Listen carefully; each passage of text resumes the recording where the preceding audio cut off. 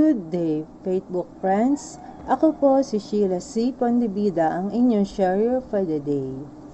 Ang pagbasa po ay tungkol kay Marcos, chapter 16, verses 15 to 20. Ang pagbasa po ay tungkol sa pag-akyat sa langit ni Jesus, ang kanyang mga himala at pagbibigay niya ng tagubilin sa kanyang mga alagad.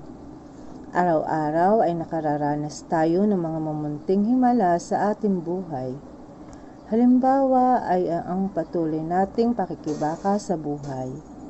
Pag tayo ay nagigipit, may taong andiyan para ating malapitan.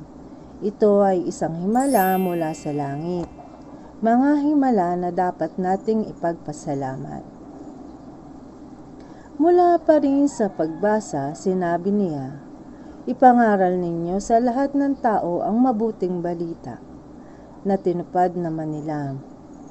Para po sa akin, lahat tayo ay nararapat na tupdin ang habilin ni Jesus sa atin na ipangaral ang mabuting balita. Maging instrumento tayo ng pagbabahagi nito sa pamamagitan ng paggawa ng mabuti sa kanila. Pagdamay kung may nangangailangan at pagbabahagi ng magandang aral. Pag-invite sa kanila sa gawain sa simbahan at pagtupad ng bukal sa puso ng ating tungkulin ay malaking halimbawa ng ating pagtupad sa habilin ni Jesus sa atin.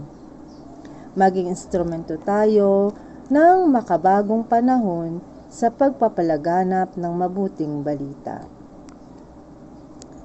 That's all for my reflection. Huwag kalimutan mag-subscribe sa YouTube channel faithbook.ph at mag-register sa www.faithbook.ph. Thank you everyone, and always remember, God first.